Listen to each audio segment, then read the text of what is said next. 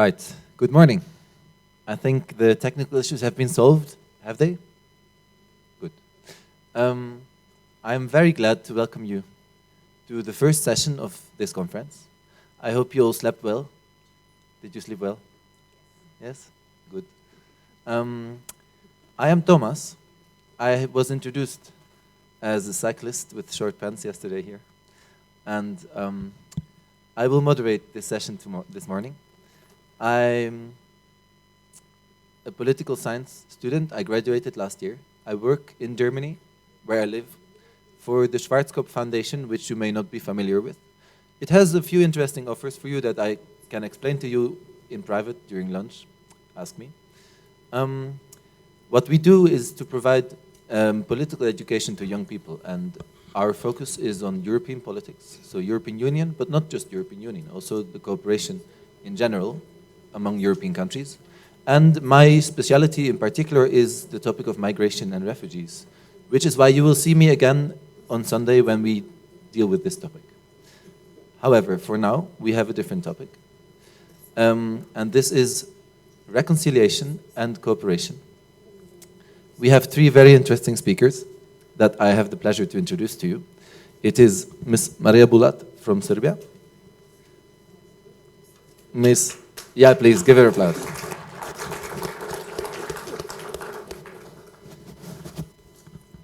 Ms. Magda Zatylna from Poland. And of course, Mr. Stepan Mesic, which you all know, from Croatia. And last but not least, there is Lucreția Malkovic, who is translating Mr. Mesic's speech into English and translating your questions back into Croatian. Thank you very much for being here, all of you. And I will not talk anymore. One thing I would like to request you is that you prepare questions for our speakers, because it is very important to me. Okay, you can also ask questions via Twitter, Facebook, whatever. I think it has been explained to you. But that you prepare questions, because there will be time on this panel to ask questions directly to our speakers. And it is very important to me and to all of us that we enter in a concrete dialogue. This is not supposed to be a lecture. This is a discussion.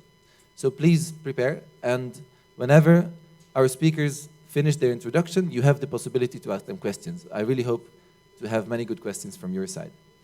So thank you very much. And I give the word to Magda, who will be our person to start.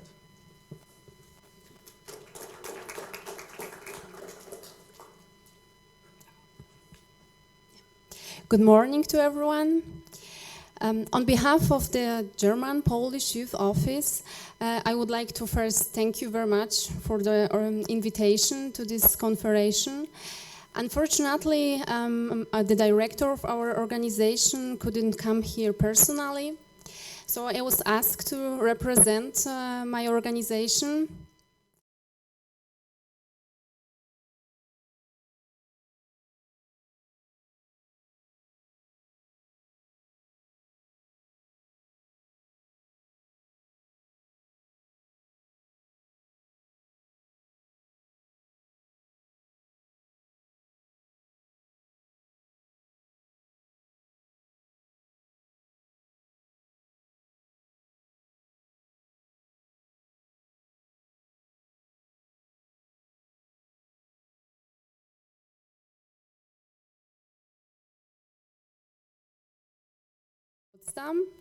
And I'm a head of coordination department in our organization, and it's already almost 4 years. Before I start presenting our organization and our contribution to the reconciliation process, I would like to first explain where that kind of model, like our organization, comes from. You can make the next slide. Thank you. So it's very important at the beginning to understand the historical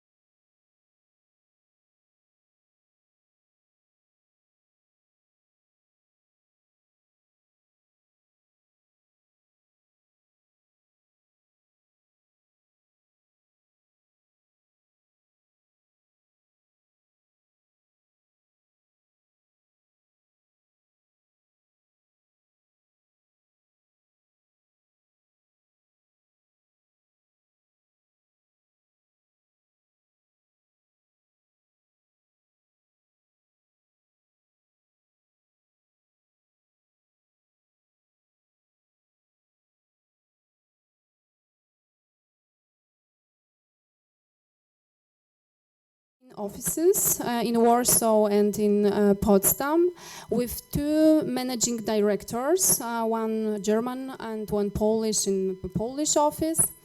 And our offices are responsible for both countries in order to the thematic division. So it's not like one office is responsible for one country and the other for the other country. We cooperate every day together, and we are also binational team. So both Poles and Germans work in both offices. And what is also important, maybe it's like just for understanding how we work. And on the one hand, it's very challenging for us to have like two directors, binational team. But on the other hand, it's as I said before, it's the reason why we are able to cooperate and that we survived 25 years. What is our main task? The name of our organization is German-Polish Youth Office, and we support mainly financially youth exchanges. We don't work directly with young people, but we support organizers of the exchanges by releasing publications, by holding seminars, conferences, and by preparing them to work with young people. How does it look with numbers? Since the very beginning, we were able to support financially meetings of 2.7 million young people. And every year it's about, or even more than 3,000 youth exchanges between Poland and Germany, in which more than 100,000 young people can take part. Okay, so it was a little bit like an introduction. What is German-Polish Youth Office and what is so special about our organization? Probably, as you know, there are also other cooperation on the field of youth exchange between Germany and Israel, Germany and Czech Republic, and Germany and Russia. But they were founded much later than Franco-German Youth Office and Polish-German Youth Office. That's why they work in a little bit different way. I would like to go now to the main topic of our contribution to reconciliation between Poland and Germany, and just ask the questions and what were the beginnings in these relationships in our operation and how the first projects look like. So at the beginning, the focus was on history. Above all, the shared history was actually the main part and the main topic of almost all exchanges. Even if the projects weren't strictly historical, they were connected somehow with the topic. They included visits to memory sites, and they included also very often meetings with history witness. Or witness of history. One before. Yeah. And that what is important and what's changed through these 25 years, also thanks to our contribution, is okay. I was afraid it doesn't work anymore. The projects at the beginning, they were characterized by really enormous amount of stereotypes. There were big barriers and fears both on the Polish and the German side. And there were also big differences between our countries. And for Polish, for example, for Polish young students, young participants, it was something extraordinary to go to Germany. It was like going to the West, where they can experience something what wasn't present in Poland at that time. And as I said, there were a lot of stereotypes and fears, not only among young people, but especially even among the parents, their families. And it was also important to encourage them to take part in these exchanges, because they were hosting young people from other countries by their houses. So it's changed, but I will just in a few sentences say how does it change and what we managed till during these 25 years. But first, as I said, we do not only support the exchanges financially. It would be too easy just to give the money and just do what you want. We also try to support the organizers with some publications. For example, this was our part of contribution to the topic of history. The book entitled Poland, Germany, War and Memory. The special thing about the book is that it was written jointly by Polish and German authors. And it's about the Second World War and about the memories of the Second World War in both countries, and about what was the influence of the war on the picture of Germany in Poland and the picture of Poland in Germany. And it's accessible for the organizers as well for young leaders to read this book and to prepare themselves. And while we were working on this book, we also find good to develop a website about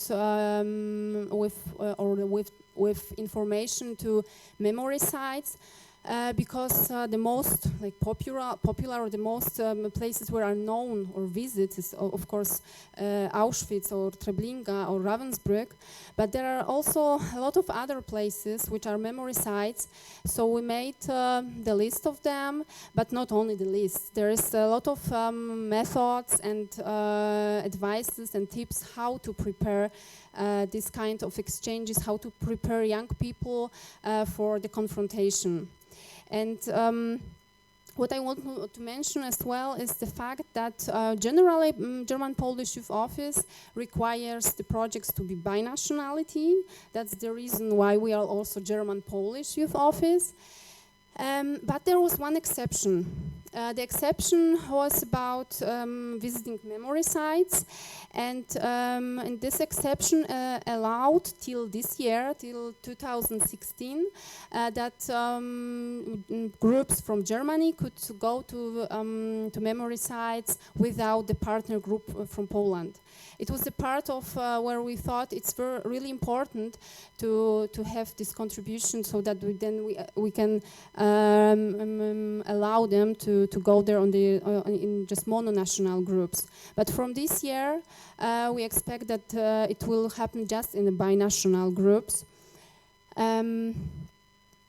Yes, because as the title of my speech is From Reconciliation to Mutual Understanding, I would say we achieved this, that we are not only focused on the history. History is still important, and it's still a part of our existence, of the existence of our organization.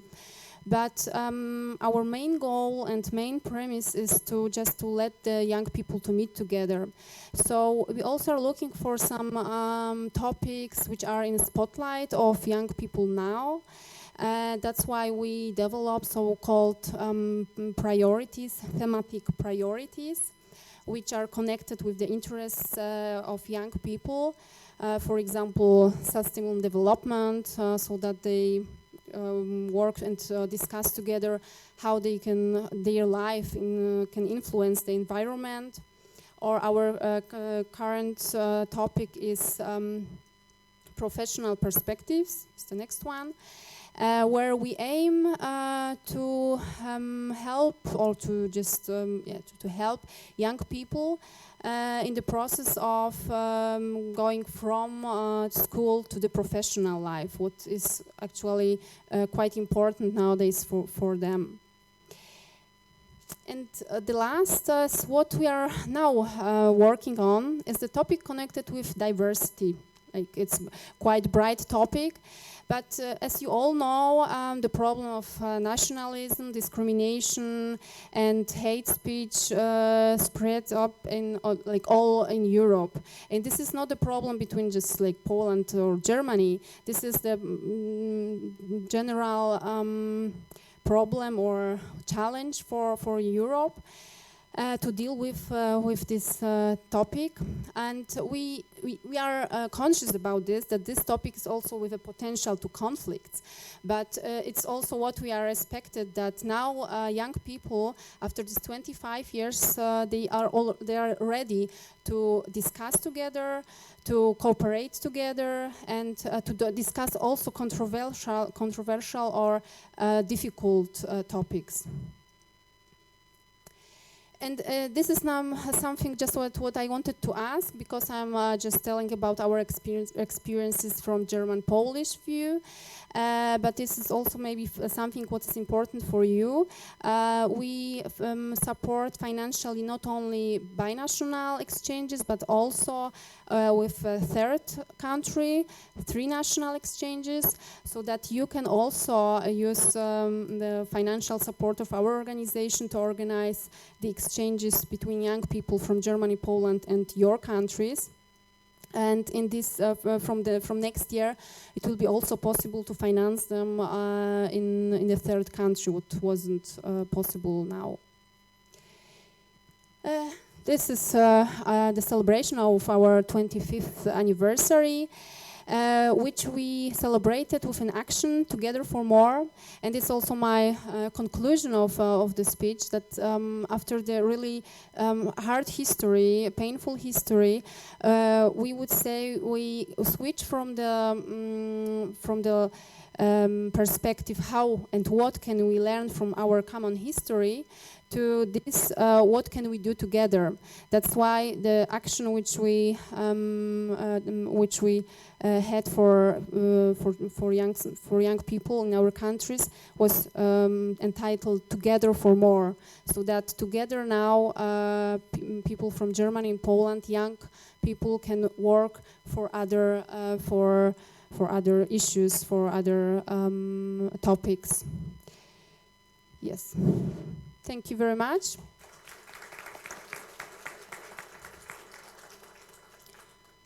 I hope that you will have some questions which I can answer, and also share not only with my my experience and my knowledge from German-Polish Youth Office, where I've been working now for almost 4 years, but also before that I was practical connected with organizers of youth exchanges, both German, Polish, and mononational and trinational.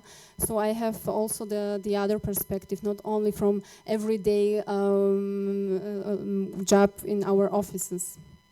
Thank you very much. Thank you very much, Magda. So we have just seen or heard both a best practice example of how reconciliation can function and how young people can contribute to that. If you have questions now, you have the opportunity to ask them. However, I would like to make clear that if it is about the organization and its funding possibilities and all these questions, please approach Magda after the discussion. We are here to discuss the general topic of reconciliation and cooperation. Yes, please. The lady first. That's very gentle of you. When you have a question, please stand up, say your name, and maybe where you come from. It's interesting for the speakers. And ask your question. Is there a microphone for? Ah, yeah, there are the microphones spread in the audience. Okay. Hello, my name is Albesa. I come from Kosovo and Greece as well. My question to you is, congratulations for your work first. My question is, in what way do you measure the impact of these youth exchanges, the result afterwards? Do you have a strategy or a technique? I'm quite interested. Thank you. So, of course, it's hard to measure in some numbers. There are numbers where we can say what I mentioned, how many people it was possible thanks to our contribution to meet together. But it's of course hard to say in which level the stereotypes were changed. But we don't have like research with numbers about this percent or something like that. And of course, it's not only because of German-Polish Youth Office the relationships changed, but definitely without us, and that for sure we can say it wouldn't be so easy to go to find the friendly relationships and to be in these relationships as we now are. The stereotypes changed, and as I said, the focus on the history at the beginning and the enormous amount of stereotypes at the beginnings, that was the projects were characterized with it. And now it's that's why we switched the level, the topic of history also to the other things, because we see that after these 25 years, the stereotypes are not that enormous. We are now equal citizens of Europe. We can communicate on the level, on the eye level, and what is more, we can cooperate. And even if there are some misunderstandings or different point of views, as I mentioned, when it comes to the topic, for example, diversity, on to what is happening now, the challenges, that we are able to discuss. And that's what we achieved, and it wasn't at the beginning like that. So I can't tell you like how we measure it with numbers. I can tell you how we see the attitude to between young people together, how the attitude generally between German and the relationships between German and Poland has changed. Hello. Okay. I'm Liridon from Kosovo and also Germany. I was born in Germany. My question would be, like, as you said that you also had youth exchanges and young people going to the other country respectively, and in host families. I can imagine that nowadays those experiences are very nice also for both sides. But what was the experience of the first exchanges? I can imagine that there has been a lot of prejudices, and in what terms could that be expected also from exchanges in the Balkans between the countries of war? First, there was, as I mentioned, big differences between Germany and Poland when it comes to also to economical development. So for Polish students, for Polish participants, it was something extraordinary to go to Germany and to experience things which they didn't have in Poland at that time. And on the other hand, for German students, it was like going to something what is exotic, what is unknown, but on the other in the other way. They didn't expect to go to something which is exclusive. And so on. And it was also, on the one hand, the fear of the families, that they knew about the differences, and then they had the fear to host, for example, in Poland, young Germans, because the conditions in their houses weren't like they suppose they are in Germany, or of course because of the history. There were prejudices, so even if they didn't say, "Oh, I don't want a German guy in my house," that the fear was inside, like. So that was this. Now it's changed. But it's changed actually quite fast. The hospitality, for example, for the Polish side was very appreciated, and there were also other like it's also funny, but that the students didn't expect, for example, that they will, by the host family, that they will have the same what they have in their home. Because, as I said, the economical development and the differences on this level, they were at the beginning.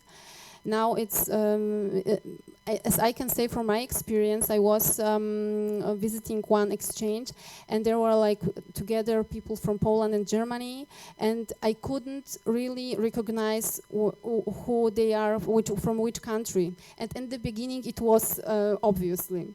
So this is what is not anymore like the issue for host families. But maybe to add to this, to your question, it was very important and quite, I think, also good contribution to this process, that they could not just meet together like on face, one teenager with the other, but they could also meet the families, and that was a work which was spread on their families and then grandparents and so on, who also have the prejudice connected with the history. Thank you. Damir.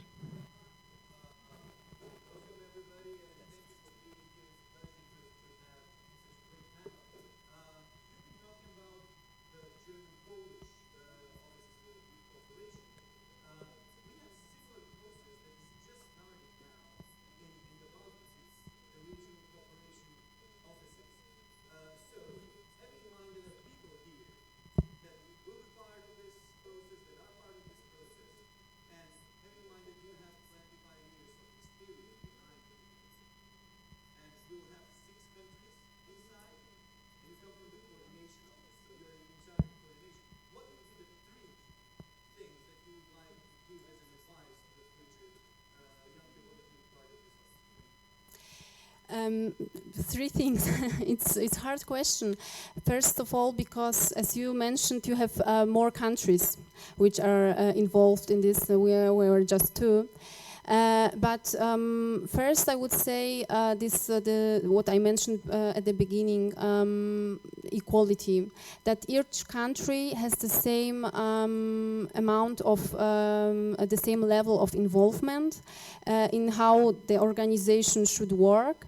That the governments, for example, it's also important for us, the second one, that both sides are equal and independent. And we got, of course, money from the governments, but our directors, they have in their contracts some parts what is telling about that they can't receive from the governments, from the national governments, advices, and they can't follow them. So it is quite important to have this independence, and as I said, to have the equal rights and obligations. And the third thing, I would say that, and what is also specific for us, we are not a bureaucrat. You mentioned we are from coordination offices. That's true. We are offices, but we are also people working there, Polish and German together. So in our everyday life, we experience what we aim to young people. And we are not really bureaucratic. I don't know if you know the Erasmus applications, how they look like. We really have just 7 sites of small application, which you can fill in 1 hour. And we actually, what we do and what other people appreciate it is that we don't evaluate the application because of the topic. It can be sport, it can be artistic exchange, it can be, historical, ecological, everything. But the point and the main reason why we want to meet young people is just that they get to know each other, and we follow this. So I just recommend you not really to be too bureaucratic. Just really try to meet the most people as you can with the money which you will have. Thank you very much. I saw that there were more questions. However, I would like to continue so that we don't exclude entirely from this discussion our 2 other speakers. There will be time in the end to ask questions to any of the 3, so please keep them for yourselves and ask them later. Maria.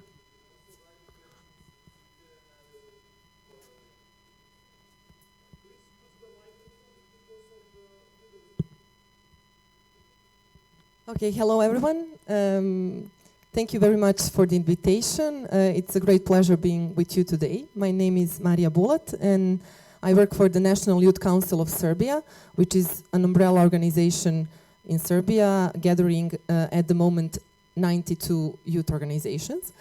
I'm here to tell you more about the process that Damir has already mentioned, the process of establishment of the Regional Youth Cooperation Office of the Western Balkans. So you've heard something about the similar model in Germany and Poland, and also something about Franco-German Youth Office and some other offices, but I'm here to tell you more about this model which we are actually been working on in the past year.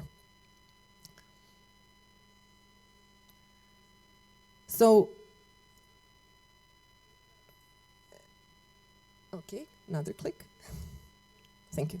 So this process in which I also took part as a member of the working group is actually a part of the broader political process called Berlin process. I don't know how many of you have heard about it, but it's something initiated by 4 EU countries, Germany, Austria, Italy, and France, in order to foster actually regional cooperation within Western Balkans.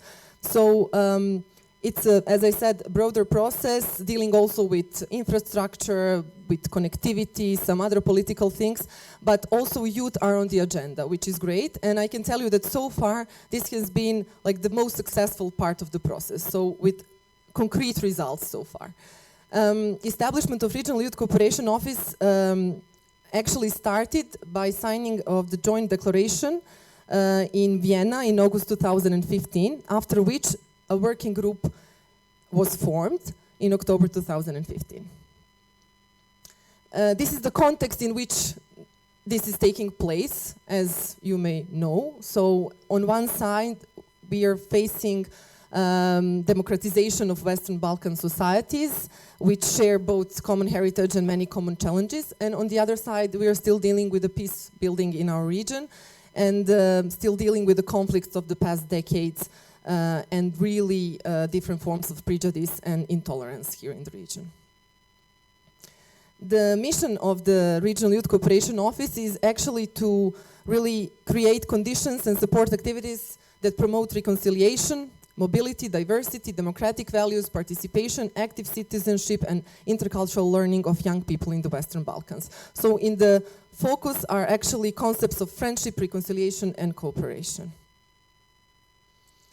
This political will was something that was crucial for the process. So we had already cooperation between young people in Western Balkans thanks to the large number of civil society organizations that were actually organizing different exchanges, events, and really bringing together young people from the Western Balkans.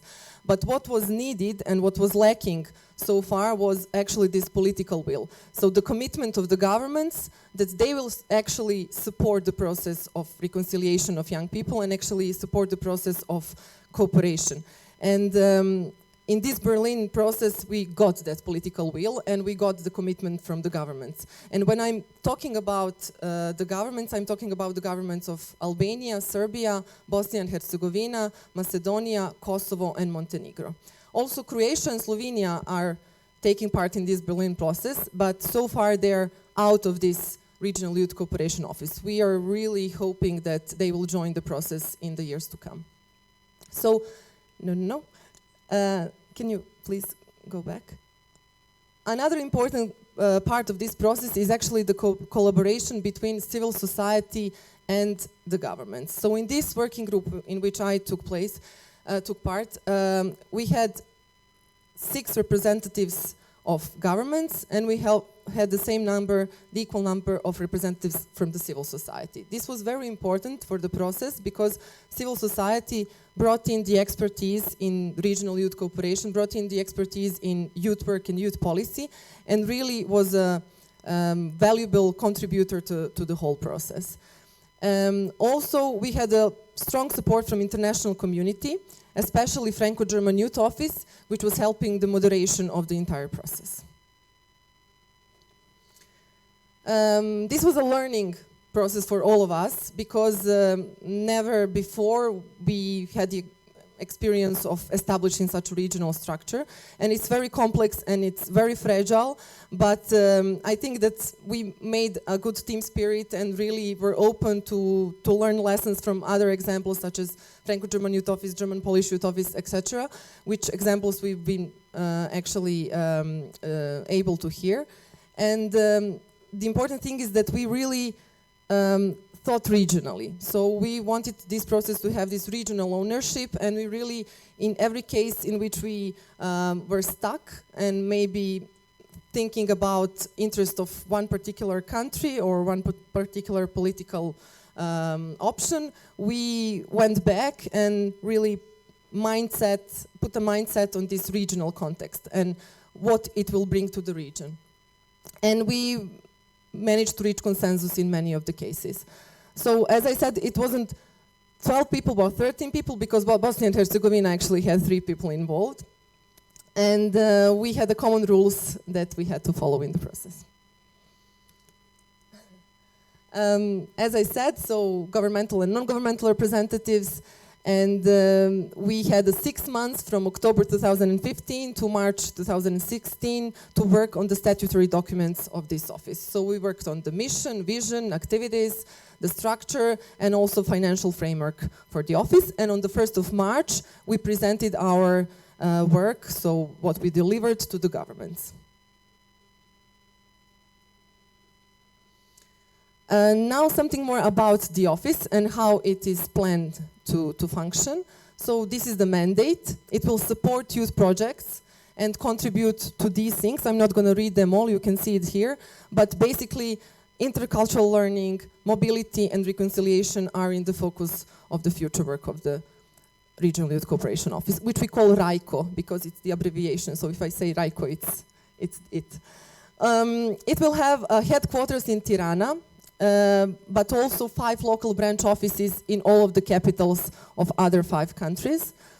It will be led by the governing board, which will be composed from 6 governmental representatives in charge of youth policies, mainly ministers of responsible ministries, and also 6 youth representatives. This is very, very important, that it will have this principle of co-management in its work. So we managed to put young people in the governing board and to actually make them being equal with other decision makers. So in the future work of the Regional Youth Cooperation Office of the Western Balkans, young people will actually have a voice and will have a possibility to influence the decisions that will be made. Also, there will be advisory board composed of different experts coming from the civil society or international community that should actually assist in the work of the office. So Regional Youth Cooperation Office will support exchanges, student exchanges and youth exchanges, both individual and group exchanges in these fields. So in the field of participation and activism, education, research and science, culture and sports. Eligible to apply will be really, like, it's a long list of beneficiaries, so youth, civil society organizations, other civil society organizations, also non-formal groups of young people with the support of registered legal entity, different educational institutions such as schools, colleges, universities, research institutions, social care institutions, media outlets, museums and galleries, and also individuals. And non-eligible to apply but can participate will be youth branches of political parties, religious communities, public administration bodies, and youth branches of trade unions. Just a bit more about types of the projects. I think it's very important for you to know this because all of you can actually be a part of the work of this Regional Cooperation Office, no matter whether you're coming from the Balkans or from some other countries, because this office will also support joint projects with other countries and participants coming from other countries. Young people from 15 to 29 years will be participants of these projects, but not exclusively, so there might be cases in which some participants can be younger or older. The projects should be bilateral or multilateral. And what is very much important is that each of the projects should have at least one physical meeting taking place in one of the signatories, so in one of the countries.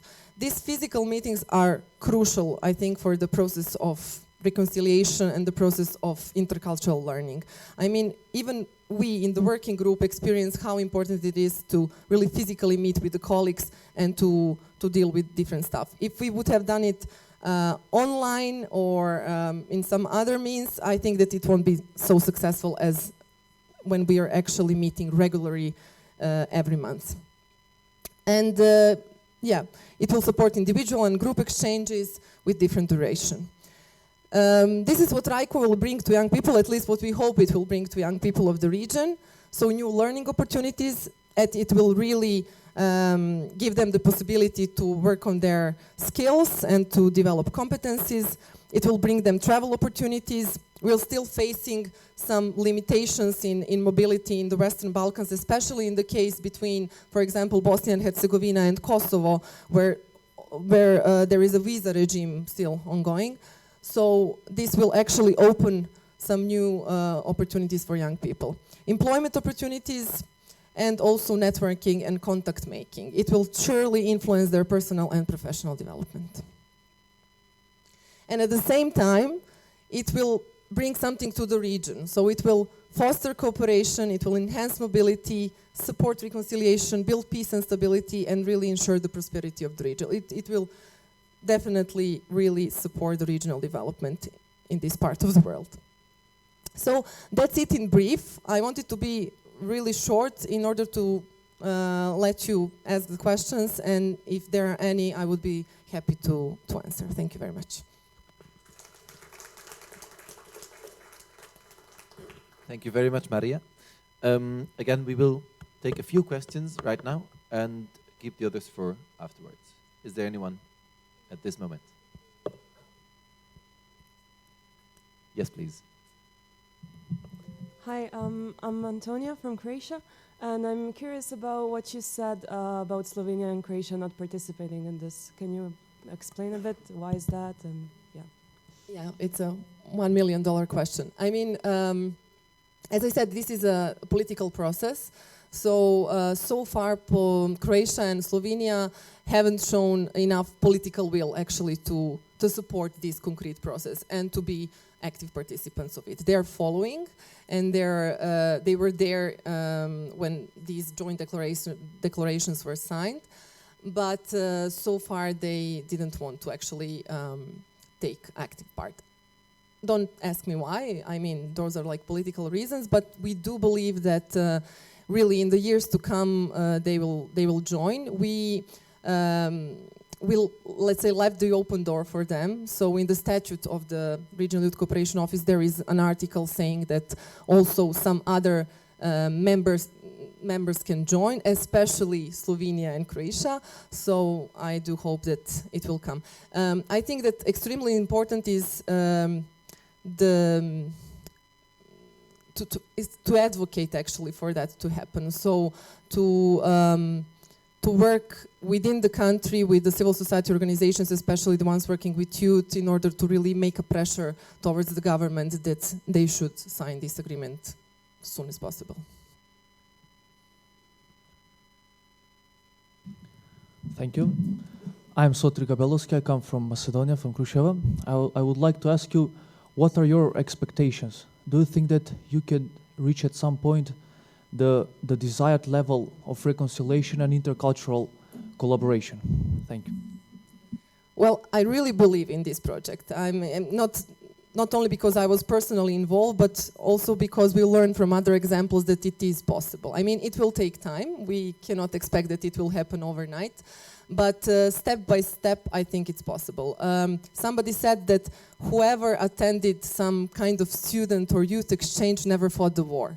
So those people who actually meet their peers around the region and from other countries and really break those prejudices that they had about them really don't have the motives to do something bad. So I really believe that those physical meetings and those exchanges that will happen, that RICO will support, will actually contribute to the process of reconciliation in this region. One more, Metodia. I'm Metodia. I'm director of Youth Alliance, and we are involved from the very beginning in the processes for establishing of RICO, and we know very well about everything. But I want to ask you,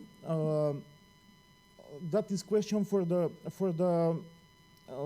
leading team of the RICO. Do you have any mechanism to prevent regional corrupted and dirty governments to make impact on the process and to kidnap the processes in our countries? Because in our country, the process of RICO and electing of the represent from the NGO society is very, very controversial. And someone wants to do something, maybe to present some things on they going on democratic way, but everything is dirty corrupted. Yeah, I'm familiar with the case. Well, the process is in a way independent from the governments, knowing that it has been moderated by the Franco-German Youth Office, and that external independent moderation really helps in the process. But on the other hand, it's really up to each country to deal with those internal processes. So it's hardly to expect that somebody will interfere on your national level to help you actually deal with those internal processes. I know that civil society organization in Macedonia is very active in this regard, and that just recently actually you managed to prevent another case of corruption, and that you actually asked for another open call to be open, isn't it? As I heard for the youth representative for the board. So it's up to you, really. Regarding the work of the office, this advisory board should have a role like that. So should be there to monitor the work of the office and in a way to react when some cases of corruption or any kind of irregularities actually appear. We'll see. I don't know. Okay. Can you hear me? Yes? Good. There are more questions, but as with Magda, I would like to limit them for now, so we can hear Mr. Message. And afterwards, you have the opportunity to ask questions to anyone on the panel, including to several of them, not just one person. So please write them down, and Mr. Message has the word.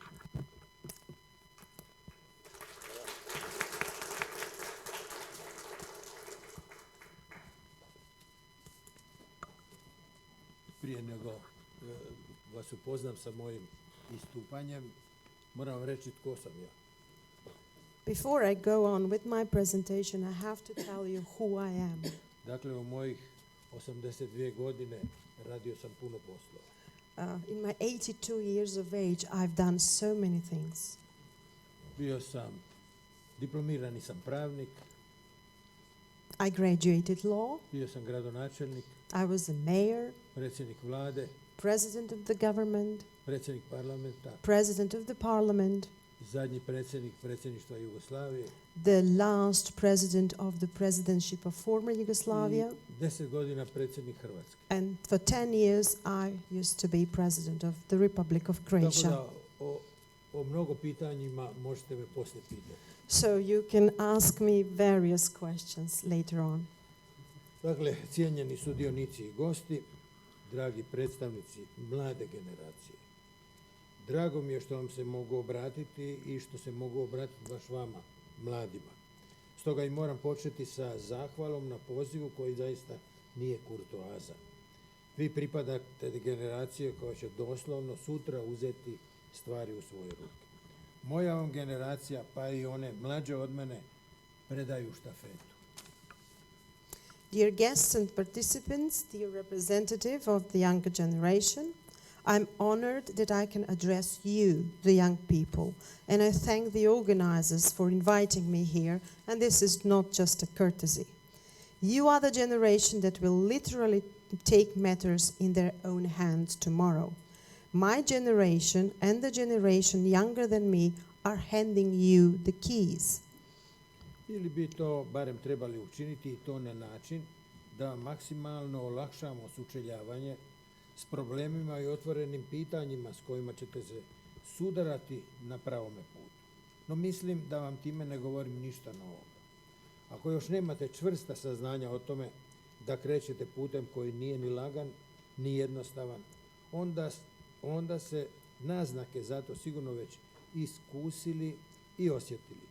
Vašim saznanjima, a siguran sam da ih imate, dodat ću još jedno. Ono je u znatnoj manjoj mjeri posljedica mojih godina, a u daleko većoj mjeri dugog životnog iskustva. Naglašavam iskustva. Or at least that is what you should do to ease facing the challenges and open questions you're bound to immediately encounter in your life. What I'm saying is not new. Even if you don't fully understand that what you're going to go in your life is a rocky road, you've probably already felt some of the bumps until now. So I'll just add something to what you already know. My message to you has been forged by my age, but most importantly, my experience. And I repeat, my experience. Kažem to zato što ima ljudi koji usprkos godinama života nikada ništa ne nauči. Zemlje nastale na tlu nekadašnje Jugoslavije čini se kao da su ih pune barem na razini politike. To nije dobro, ali je tako, što ne znači da se s time moramo miriti. Dapače, protiv takvog stanja moramo se boriti znanjem. Spoznaja, što vam želim prenijeti prije nego se posvetim temi, od jugosfere do eurosfere, jest ova: nikada nećete moći na pravi način odgovoriti izazovima sadašnjice, niti ćete moći razviti viziju sutrašnjice ako ne poznate prošlost. There are people who have, despite their age, failed to do anything and failed to learn anything. It seems that political life of ex-Yugoslavian states is full of such people. It's not good, but that's the truth. And that doesn't mean that we have to tolerate this. Quite the opposite. We have to fight these people with knowledge. Before I come to the topic of former Yugoslavia from Eurosphere to Eurosphere, I'll tell you this. You will never be able to adequately face challenges of today and build vision of tomorrow without knowing the past. Those who shamelessly revise history are trying to convince us that all debates about the past are over. Govorim to zato što nas upravo oni koji bezočno revidiraju povijest nastoje uvjeriti kako je dosta rasprava o onome što je bilo. Naravno, dosta je to tek kada prihvatite ono što vam oni naturaju, a to je laž. Uporno ponavljam kako se u prošlosti dogodilo samo ono što se dogodilo. Glupo je pokušavati naknadno promijeniti povijesna zbivanja. S time smo, nažalost, suočeni na dnevnoj osnovi, a to je neprihvatljivo. Ovo mi se činilo dobrim uvodom u temu od jugosfere do eurosfere, što bi se bez bojazni da ćemo napraviti veliku pogrešku moglo prevesti i kao od Jugoslavije do Ujedinjene Europe. These people who shamelessly revise history will stop only when you accept what they are feeding you with, and that is lies. I always insist that the past is composed only from things that really happened. It is foolish to try and change historical events, but this is what we are facing on the daily basis, and that I find unacceptable. I think this is a good introduction to the topic from Yugosphere to Eurosphere, or it can be loosely interpreted as from Yugoslavia to the United Europe. Kažem da je sve što sam prethodno rekao dobar uvod u zadanu temu, upravo zato što je moj pristup u oštroj suprotnosti sa svime u što vas najveći broj takozvanih političara, povjesničara, o političarima da i ne govorim, oni bi vas htjeli uvjeriti. Počet ću naime s tvrdnjom kako skok iz jugosfere u eurosferu nije tako velik kako bi se moglo učiniti. a pogotovo on nije nešto što bi se moglo predstaviti kao ključna, a istodobno i bespogovorno pozitivna promjena života. Kada to kažem, onda naglasak stavljam na riječ jugosfera. My approach to this topic is completely opposite to what most so-called historians and politicians would say. I'll begin by saying that the jump from Yugosphere to Eurosphere was not as great as it could have been. It's also not something that can be presented as a key and positive change. And I would like to stress the word Yugosphere. Mi dakle ne govorimo primarno o prijelazu iz jednostranačkog u višestranački sustav, o prijelazu iz planske u tržišnu ekonomiju, nego Jugoslaviju stavljamo u odnos suprotnosti prema Europi, a to je iz temelja pogrešno. Moja je teza, eurosfera je upravo ono što je bila jugosfera, ali obogaćena vrijednostima što su imanentne demokratskim sustavima zapadnog tipa. Dozvolite mi da navedem nekoliko činjenica. Koncept građanske države bio je jugoslavenski koncept. On je i evropski. Jugoslavija je bila više nacionalna država, Ujedinjena Europa je zajednica nacionalnih država. So we are not speaking about the transition from a single party to multi-party system, or about the transition from a planned to market economy. We are not speaking about contraposing Yugoslavia to Europe, and let me tell you why it is wrong. My hypothesis is Eurosphere today is what Yugosphere was yesterday, only enriched with values inherited from Western democratic systems. Allow me to share with you a few facts. The concept of civic state was Yugoslavian concept. It's also European concept. Yugoslavia was multinational state, and so it is a united Europe. Citizens, nationalities, minority equality was Yugoslavian concept, and now it's European concept as well. Jednakost građana i puna ravnopravnost naroda i nacionalnih manjina bio je jugoslavenski koncept. On je i evropski. Jugoslavija nije imala plansku privredu sovjetskog tipa, nego dobrim dijelom tržišno gospodarstvo, a takvo je i ono u Europi. Osnove su dakle iste ili vrlo bliske. Gdje su onda razlike? Jer naravno njih ima. Osnovna je razlika u tome što u eurosferi postoji politički pluralizam, višestranački sustav, što postoje slobodni višestranački izbori, pa je autoritarnost koja je neminovni pratitelj jednostranačkog ustroja zamijenjena punom demokracijom, čiji je najočitiji izraz višestranačje. Yugoslavia did not have a Soviet-type planned economy, but was instead a market economy, and we see the same in Europe. The foundations were therefore the same, or very similar. Wherein lie the difference then? Where are the differences? The main one is that Eurosphere has political pluralism and multi-party system with free election. Authoritarianism that is typical for single-party system was now replaced with full democracy. A mediji koji u jugosferi ni iz daleka nisu bili pod kontrolom kao u takozvanom istočnom bloku, dobili su formalno barem punu slobodu. Naravno da je u jugosferi bilo odstupanja od proklamiranih načela, naravno da je bilo zastranjivanja, a nema li toga i u Evropskoj uniji? I tekako ima i više nego što mi je drago. A ja sam bio i ostao uvjereni pobornik evropskog ujedinjavanja. Jugoslavija je bila, povijest će to jednog dana priznati, vrlo interesantan pokus po mnogome možda čak i ispred svog vremena. Media which in Yugosphere were not nearly as controlled as it was in the Eastern Bloc now became officially free. But of course, the Yugosphere had its own deviations. There was sidetracking as well. But don't we see deviations in the European Union as well? Of course we do, more than it would please me. And I was and will remain a devout supporter of European Union.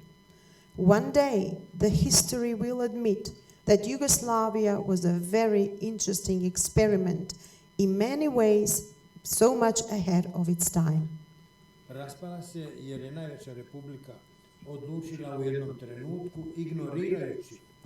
igrajući na kartu nacionalizma, izmijeniti pravila igre, a potom mijenjati silom i međurepubličke granice.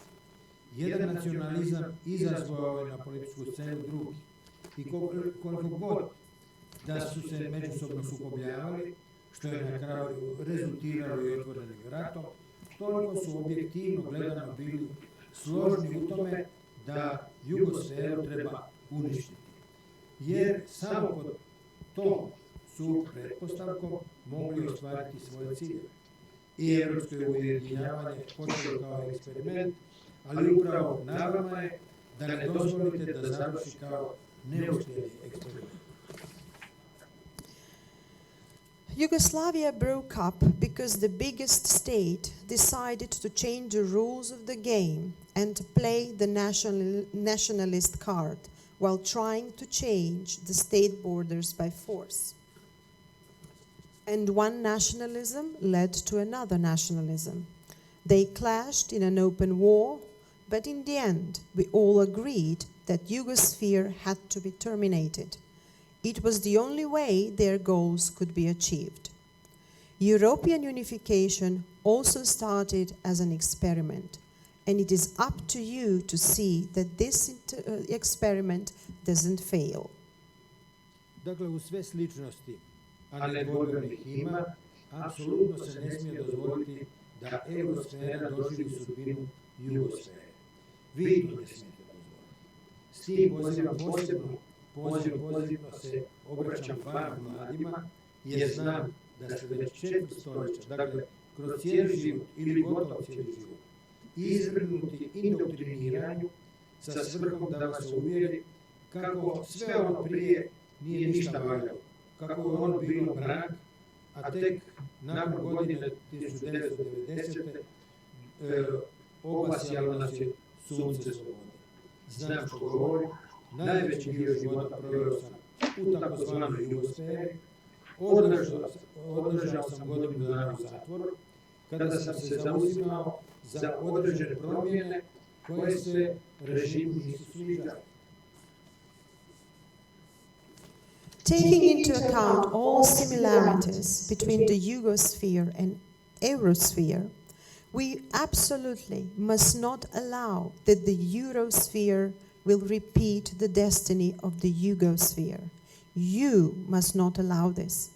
That is why I'm addressing you, the young people, because I know that for a quarter of a century, that is all your life, you have been a subject to indoctrination with the purpose of convincing you that everything that we used to have in the past was bad and that the sun began to shine only after 1990. I know what I'm talking about. Most of my life I've spent in Yugosphere. I've been jailed for a year because I was advocating certain changes that the regime didn't like. Dakle, savršeno dobro znam koliko je bilo pod navodnicima mraka u ono vrijeme, ali znam i ne poričem, niti ću ikada poricati pozitivne strane jugoslavenskog modela. Ja kao bivši politički zatvorenik godinama nisam mogao dobiti posao. Golema većina ljudi međutim radila. Koliko danas imamo zaposlenih. Kao bivši politički zatvorenik godinama nisam mogao dobiti pasoš. Golema većina građana ju je međutim imala i slobodno je putovala kamo je htjela, kada je htjela i koliko je htjela. So I know for a fact how bad, in inverted commas, it was those days. But I also know the positive sides of the Yugoslav model. As a political convict, I couldn't land any job for years. But the vast majority of population was employed. And how many unemployed are there today? As a political convict, I couldn't get a passport for years. The vast majority of the population, however, had their passports and was free to travel wherever they wanted and whenever they wanted. Poduzeća nisu bila u državnom vlasništvu, nego u takozvanom društvenom vlasništvu. A kroz sistem građanskog samoupravljanja, još jedan eksperiment dobro zamišljen, ali nerijetko i loše proveden, zaposlenici su tim poduzećima sami upravljali, donoseći ključne odluke o investiranju, o širenju proizvodnje i drugo. U medijima nije bilo izravne cenzure, niti im se propisivalo o čemu moraju pisati, odnosno izvještavati.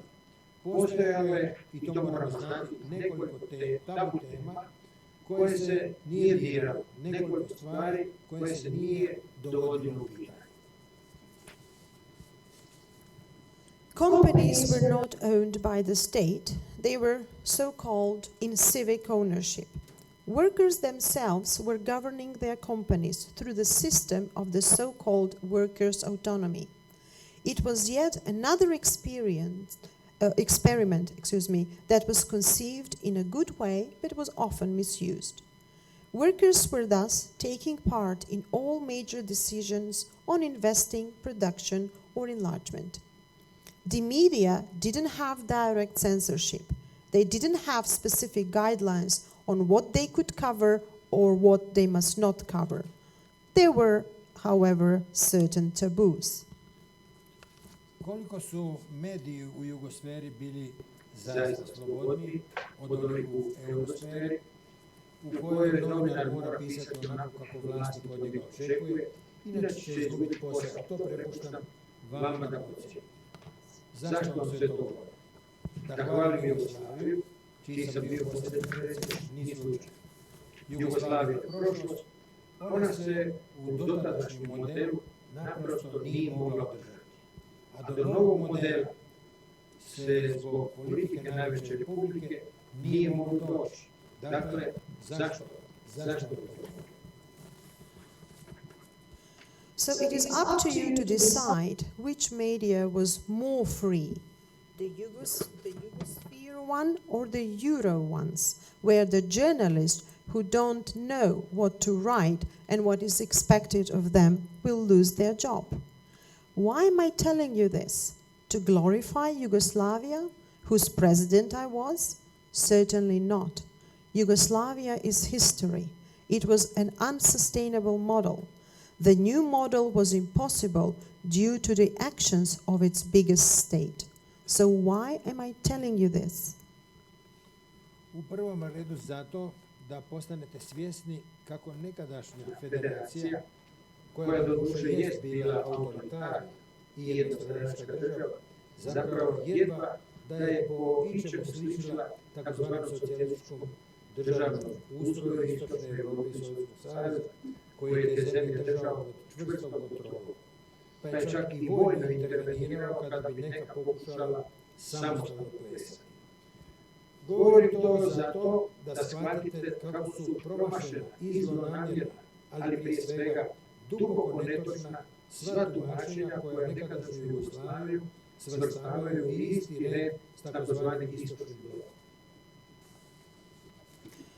Because I want you to realize that the ex-Federation of Yugoslavia, although authoritarian and single-party system, had almost no resemblance to the East European states or the USSR, who dominated these states even by military force. And I want you to realize that all claims that Yugoslavia was exactly the same as the Eastern Bloc are false and deeply incorrect.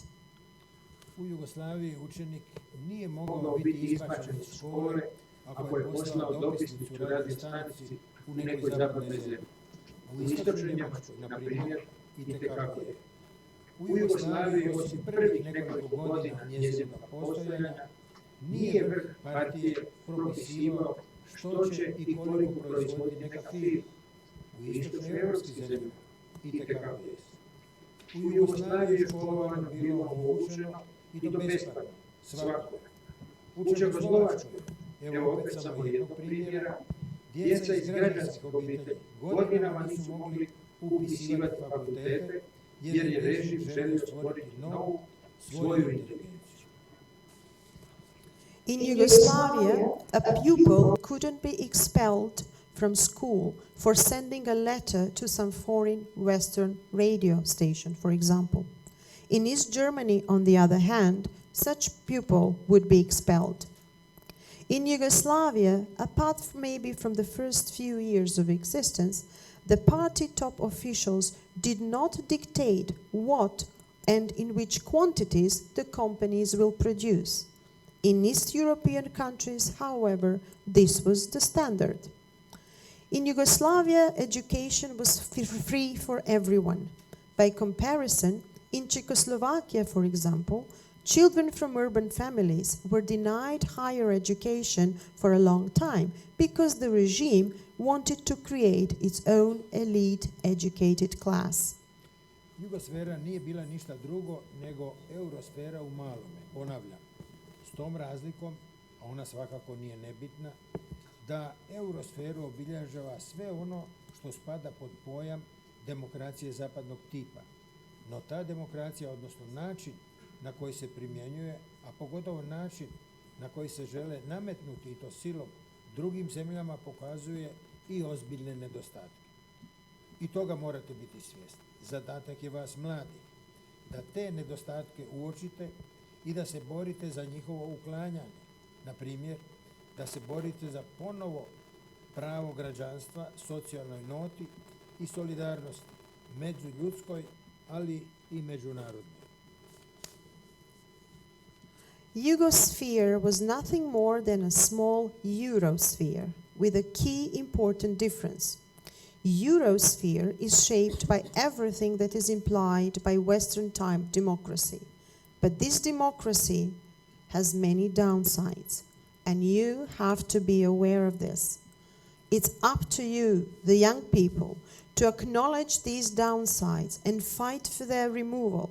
You have to fight for the right to be citizens, for social aspects and interhuman international solidarity. Da se izborite za to da ono što se zove opći interes, u ovome konkretnom slučaju to je evropski interes, dobije primat nad nacionalnim interesom. Trebate se boriti za to da Europa suzbija i suzbije nacionalizme u svojim redovima. Jer ako je nešto smrtni otrov za ujedinjenu Europu, onda je to nacionalizam. To ne znači odricanje od promicanja legitimnih nacionalnih interesa svake države članice, nego njihovo dovođenje u sklad s općim zajedničkim europskim interesom. Od nacionalizma do šovinizma, do netolerancije prema svima koji su po bilo kojoj osnovi drukčiji, tek je mali korak. You have to fight for common interests so that European interests overweight your national interest. You have to fight for uprooting the nationalism in Europe. Nationalism is poison for united Europe. That doesn't mean that you should give up on promoting your legitimate national interest of each member state. It just means fine-tuning of national interests with common European ones. It takes a small step to go from nationalism to chauvinism and intolerance to those who are different. Jugosfera se borila protiv nacionalizma nerijetko i metodama što su s demokratskog stanovišta neprihvatljive. No kada je otvorila vrata nacionalizmu, zapečatila je svoju sudbinu. Iz odnosa među ljudima danas je nestao čovjek. Zamijenio ga je interes. Borite se protiv toga, borite se za ponovo humaniziranje međuljudskih odnosa, a protiv interesnog otuđenja koje je sve prisutno. U Jugosferi na prvome je mjestu ipak bio čovjek. To se govorilo, ali tako se u pravilu i radilo. Jugosfera je bila izgrađena na temeljima antifašizma, baš kao što je i eurosfera. The Yugosphere fought nationalism, sometimes by methods that were unacceptable in democratic society. But as soon as it opened its door to nationalism, its fate was sealed. Interest has replaced human relations. Fight against this. Fight for humanization of human relations. Fight against alienation. Yugosphere always put the humans first. Of course, this was a declarative thing, but it was also put into practice. Yugosphere was built on the foundations of anti-fascism, just like the Eurosphere. Antifašizam nije povijesna kategorija, vezana isključivo uz nacizam i fašizam iz vremena Drugog svjetskog rata. Antifašizam je sklop vrijednosti, svjetonazor koji nije ni politički ni stranački, već ljudski i civilizacijski. I na kraju, ali nikako i najmanje važno, trebate se boriti protiv zloupotrebe novostečenih sloboda, protiv pretvaranja demokracije u anarhiju, u kojoj se sloboda javne riječi koristi kao savršeno pokriće za plasiranje u javnost ideja i teza koje će u konačnosti pokopati demokraciju. Bez želje da pravim bilo kakve usporedbe, ali ne mogu, a da vam se ne navedem još jedan primjer. Anti-fascism is not a historical category that is only tied to the World War II Nazism and fascism. Anti-fascism is a set of values, worldview that is neither partisan nor political. It is human and civilizational. You have to fight against misuse of newly acquired freedoms, against turning of democracy into anarchy, which would use freedom of speech as a cover to introduce idea that will ultimately destroy your democracy. And this calls for another example that I have to share with you. Nacisti Adolfa Hitlera došli su godine 1933. na vlast u Njemačkoj na slobodnim i demokratskim izborima. U samo 100 dana, pazite, 100 dana, Hitler je uz pomoć demokratski izabranog parlamenta, u kojemu su nacisti imali većinu, doslovno ukinuo demokraciju. Ostalo je povijest. Ovo je tema o kojoj bi se moglo još dugo govoriti. Znam da sam vam dao samo natuknice, samo povod da razmislite o onome što znate ili što ne znate, o onome u što vas uvjeravaju. Pa ako sam u tome uspio, ja sam zadovoljan. Mislite i razmišljajte svojom glavom, ne prihvaćajte ništa kao neprikosnovene istine.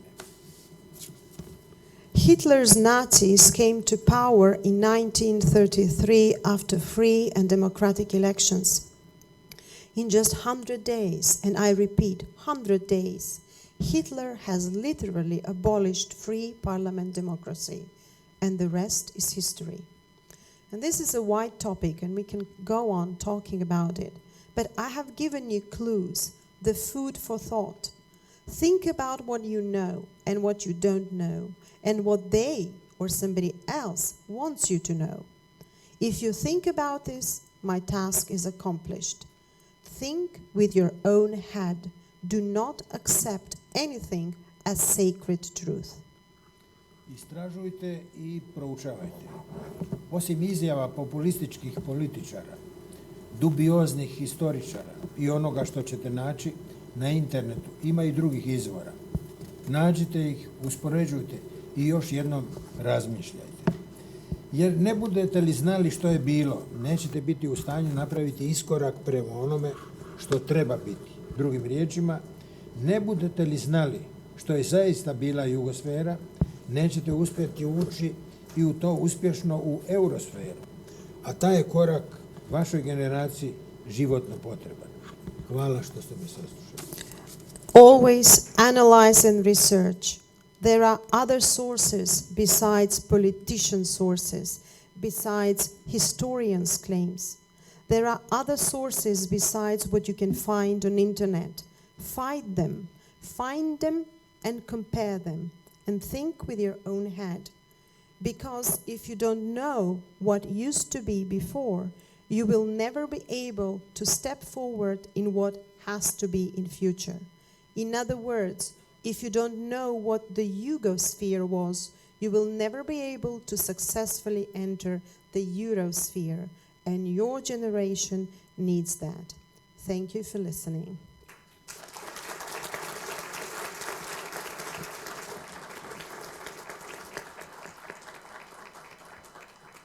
Thank you very, very much. I want to repeat one of the last words from his speech, that he said, when you think about his words, his mission is accomplished. I think it is an honor for us to have been able to listen to him, and this message of responsibility that we have from all his experience that he has seen. In the booklet, you can find an excerpt with the most important parts of his speech, and please read it again, discuss it during this event, and think about it. Thank you. Now, questions.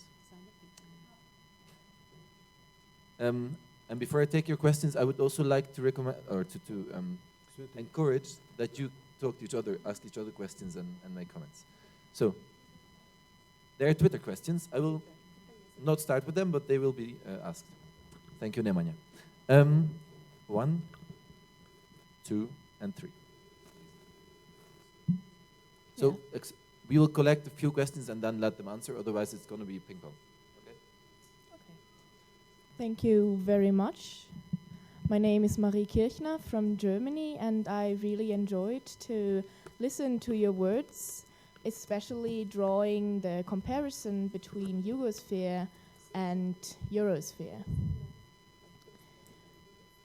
So what I found especially interesting to listen to was the idea that Yugosphere could kind of be a role model in a way for Eurosphere, and I find this a little bit complicated, and I would like to hear what you say about it, because I think there are two big problems with that idea, and it's firstly that there are still a lot of misconceptions in the Balkans, a lot of problems which have not been discussed, and to just integrate this all into Europe, I just think it's a little bit complicated.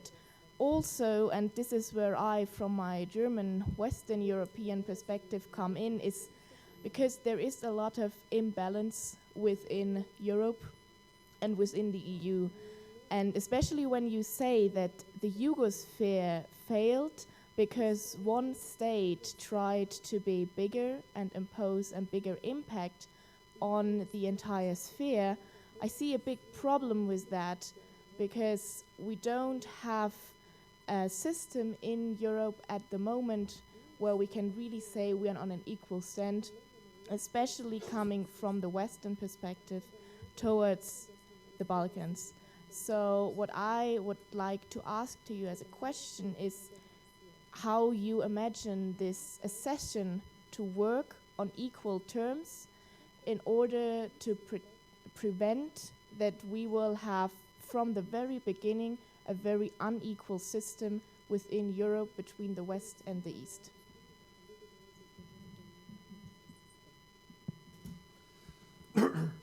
Is it okay if we take 2 more questions and you answer them? I don't know what it's going to be like interpretation-wise, but... If you prefer to answer them directly, we can do that.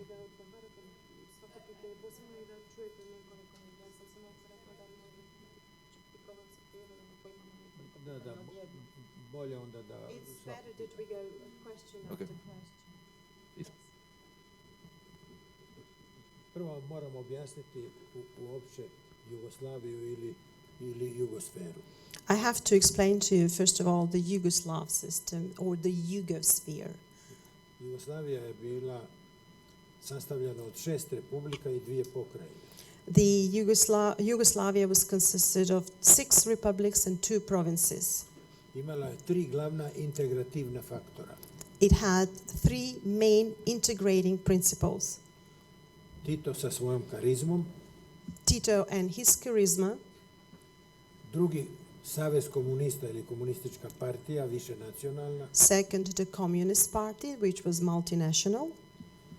I treći, Jugoslavenska armija, također više nacionalna. And third, the Yugoslav army, which was also multinational. Armija je jedan veliki globalni organizam koji je slušao Tita i partiju. And the army was a huge mechanism, always following Tito and the Communist Party. Tito je otišao sa životne i političke scene. Well, Tito left the scene, political scene, and also passed away. Komunistička partija se raspala po republikama i pokrajinama. The Communist Party fell apart. A armija je tražila sponzora. And the army needed a new sponsor. Drugim riječima, odlaskom Tita, onaj model kojeg je Tito uspostavio nije se mogao održati. Or in other words, once Tito was no longer on the scene, the model that he was trying to sustain could not be alive anymore. Kada sam ja došao na mjesto predsjedništva Jugoslavije, predložio sam novi model.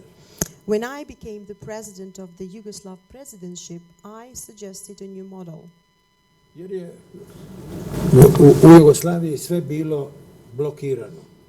Nijedna savezna institucija nije radila.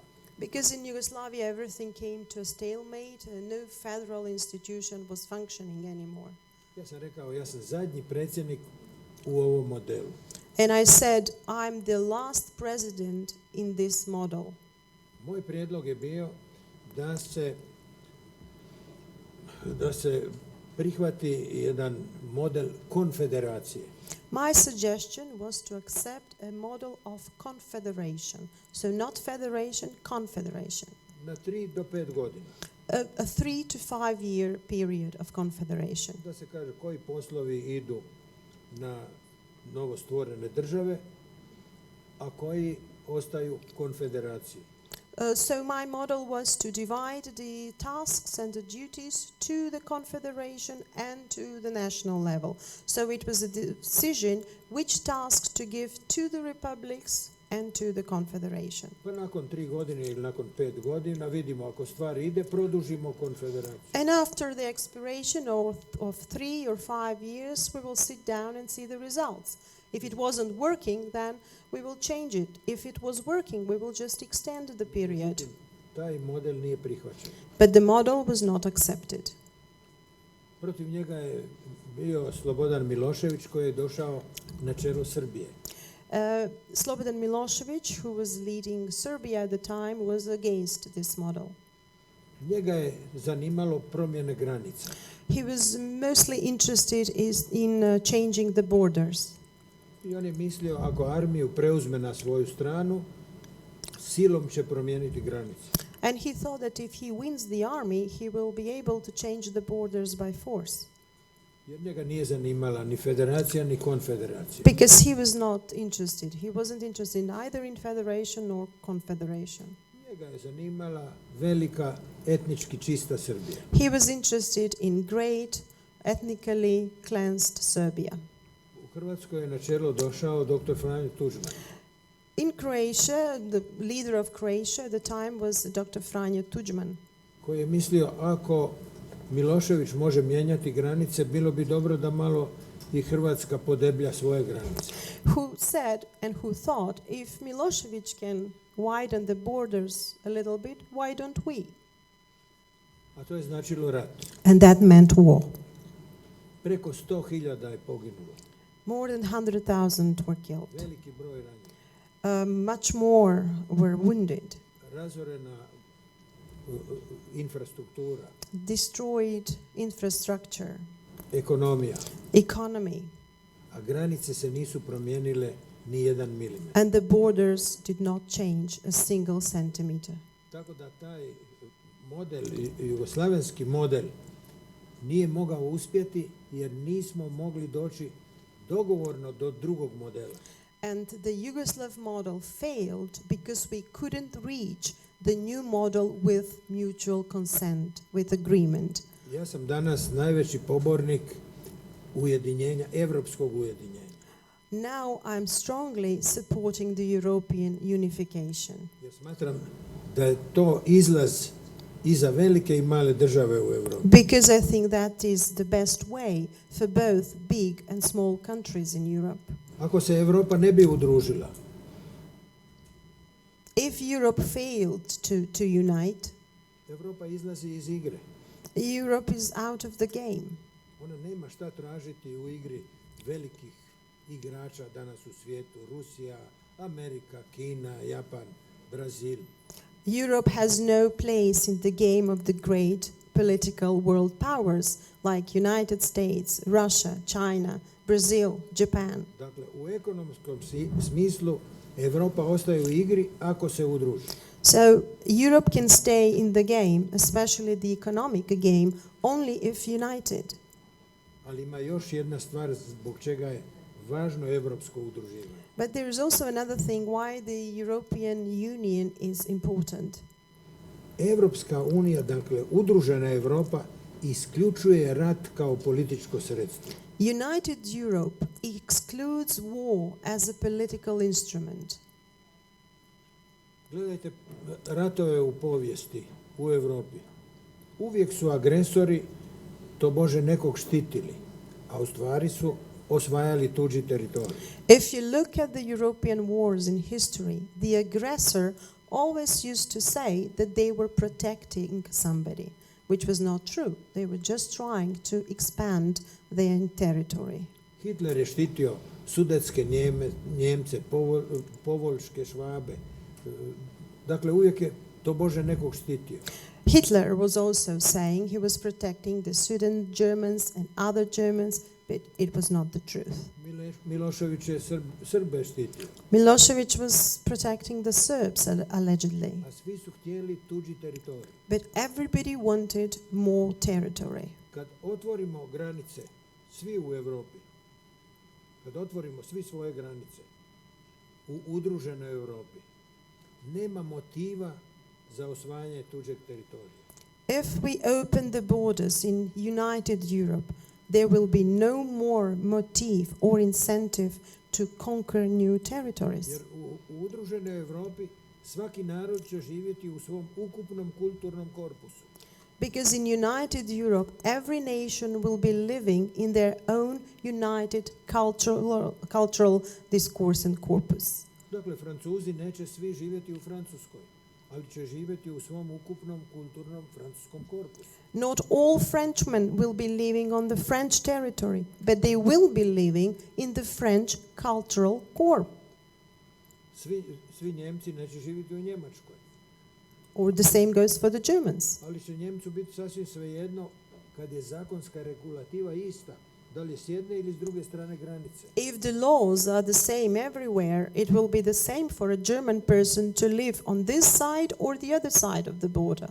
A to je za nas posebno važno na Balkanu. And this is especially important for us on the Balkans. Kad otvorimo granice, kad imamo istu zakonsku regulativu u kojoj kreaciji sudjelujemo svi, if we open our borders and if we have the same laws in the creation of which we all participate jointly, jednom Hrvatu je svejedno da li je s jedne ili s druge strane granice. a Croatian person couldn't care less where he lives. Jednom Srbinu da li je s jedne ili s druge strane granice. Or a Serb living on this side, on the other side of the border. No Jednom difference. Or Albania. Dakle, Evropska unija je milenijski projekt. So the European Union is the Millennium Project.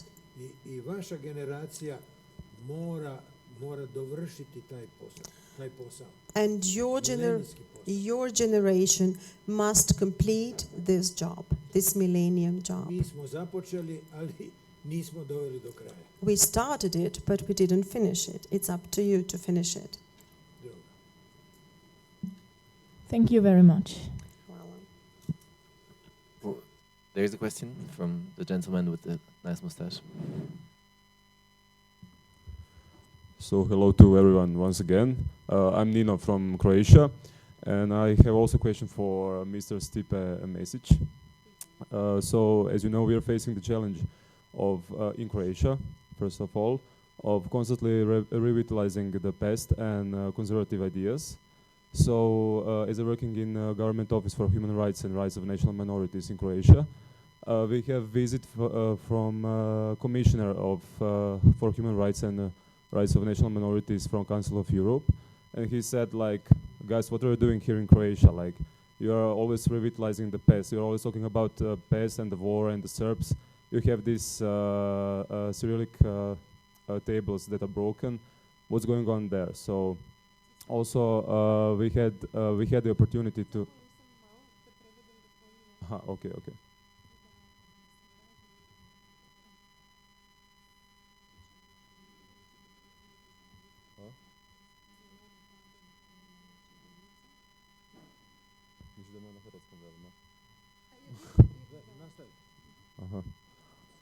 So also we had in Croatia the opportunity to have some changes, to have a progressive educational reform with new ideas. You know what I'm talking about, of this curricularna reforma. So we also need this civic education in our formal educational system. So, but we have this constantly resistance of new ideas in Croatia. So now we have the situation that we youth have enough of the war and past context. So a majority of us are even didn't emotionally connected to the war, and not even born in these days. So I have a question for you. If you're president of the Republic again, so what would be your concrete steps and the moves with all of your experience to make some changes, but concrete steps? It's not just for Croatia, but what can also use the other countries in the region.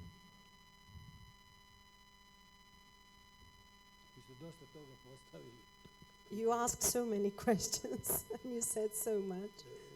Činjenica je da postoje određene opasnosti u razvoju hrvatskog društva. The fact is that there are certain dangers in the development of the Croatian society at the moment. Poslije 90. godine, dakle poslije rata, došlo je do jednog brzog naleta nacionalizma. After the end of the war, after the 90s, there was a storm, an influx of nationalism. U tom naletu nacionalizma, kao što sam rekao, mali je korak do šovinizma. As I already said, a nationalism can lead to chauvinism. Dobili smo školovanje mlade generacije koja nije dobila pravu naobrazbu. We have an education system of the young people who do not receive proper education. Popustilo se upravo tim nacionalističkim pobudama koje su bile dosta, da tako kažemo, uzeli maha. We let the nationalist wave be dominant, and you can see that nationalism is quite dominant even right now. I jasno, potrebna je sada jedna reforma obrazovanja koja je malo zastala, ali ona mora biti provedena. What we need now is a reform in the education system, which is now a little bit lagging behind, but we still have to complete it. Jer ako vi učite mladu generaciju u Hrvatskoj danas, da sve počinje sa Domovinskim ratom. Because if you teach the younger generation that everything starts with the patriotic war, a sve što je bilo prije, to ne vrijedi. And that everything that was before this war is no good. Vi razvijate invalidnu generaciju.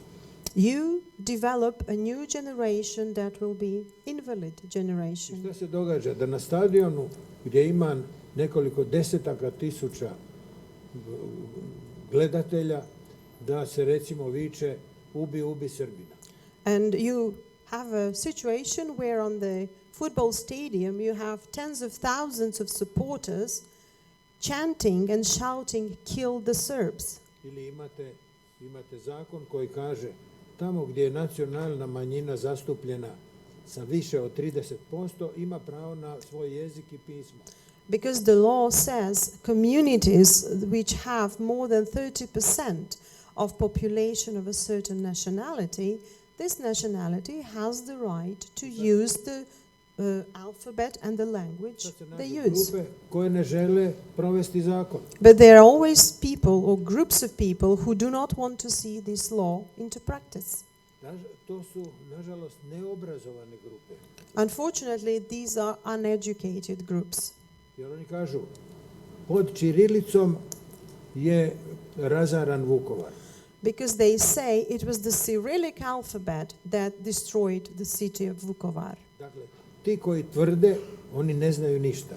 Because people who say this know nothing. Jer Jugoslavenska armija je tada još pod tim nazivom Jugoslavenska napadala Vukovar. Because Vukovar was attacked by the Yugoslav army. The army still had the name Yugoslav at the time. Razarala ga. It was destroying it. Ubijala ljude. Killing people. A Jugoslavenska armija je imala obaveznu latinicu, a ne ćirilicu. And the Yugoslav army used the Latin alphabet, not the Cyrillic. I sad kako da ti onoga tamo uvjeriš kad on ništa ne zna? And how do you tell this guy about this when he knows nothing? Dakle, očito treba učiniti nešto da mlade generacije dobiju pravo saznanje. So we must do something to teach the young generation how things really are so that they get the true education. Imamo sada tehničkog ministra kulture. Now we have a technical culture minister, Minister of Culture, koji se slika sa ustaškom kapom. who takes picture with the hat of Ustašas. Dakle, ustaše su najveća sramota hrvatskog naroda u njegovoj povijesti. So Ustašas are the biggest embarrassment of the Croatian people in its history. Ali čega se pametan stidi, budala se ponosi. But the saying is, what a wise man is ashamed of, a fool is proud of. Tako što se nas tiče, imamo još posla. So as far as we are concerned, we still have a long way to go. Okay, thank you. There were many questions, but answered already. Okay, thank you very much. I will give preference to the lady if you don't mind, and you're next.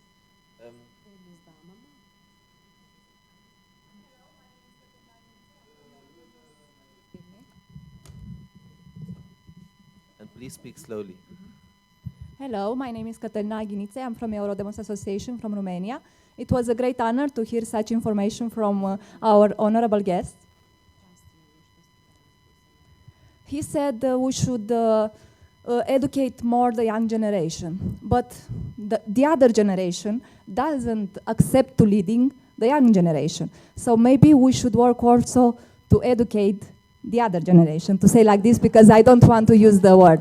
Thank you.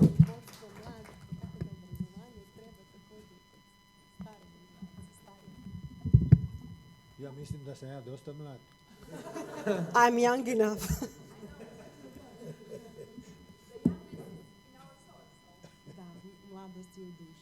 Je, ali se borim za to da mladi dođu do izražaja. I'm fighting to have the young people take the lead. Da bi mogli, oni moraju dobiti pravo obrazovanje. Dakle, moraju dobiti znanje. But in order to lead, the young people need good education.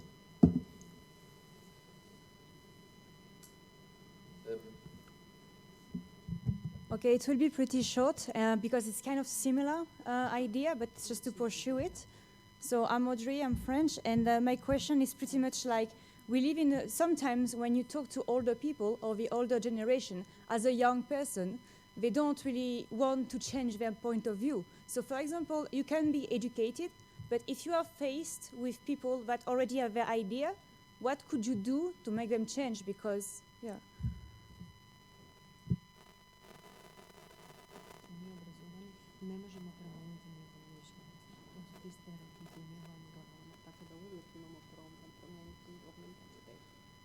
Znate, nemojte vi mijenjati, pokušavati promijeniti mišljenje kod starih. Treba odgojiti mlade koji će znati znati vrijednosti ovog društva. Do not try to change the opinion of the elderly. We need young people with totally different mentality and set of mind who will know the values of this society. Pustite stare, oni tako idu na ahiret.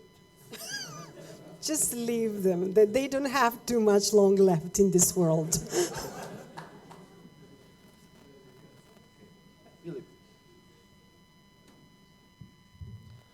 Hello, my name is my name is Filip Radojevic, and I come from Montenegro.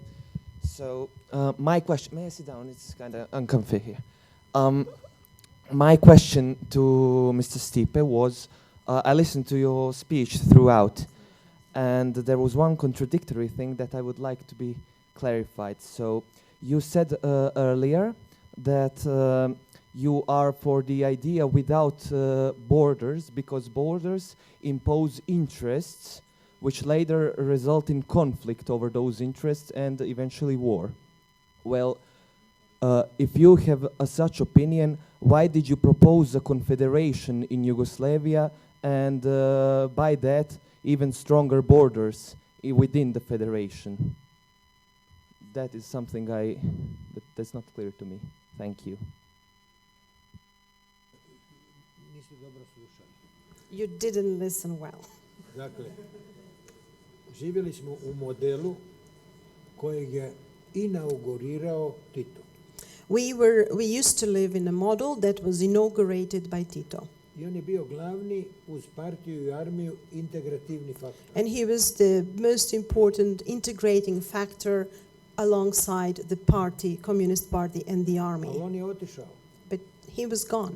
Novog Tita nije bilo. There was no new Tito at the time. Je izgubljen glavni integrativni faktor. But we lost the main integrating factor. A mi smo morali živjeti u modernom društvu. And we had to continue living in a modern society. Umjesto da idemo sa novim modelom, ali do njega moramo doći dogovorno. We had to come to a new model, but to reach that model we needed consensus. Pošto sam bio zadnji predsjednik, ja sam organizirao sastanke predsjedništva po republikama zajedno sa predsjednicima republika. When I was president at the time, I organized a meeting with presidents of all republics. I tražio sam novi politički dogovor. And I looked for a new political model. Ali to je bilo teško jer Milošević nije prihvaćao nikakav dogovor. But it was very hard because Milošević did not accept any new model. Sa Miloševićem razgovarati, znate, o demokraciji, o novom modelu, isto je kao i musti jarca u rešeto.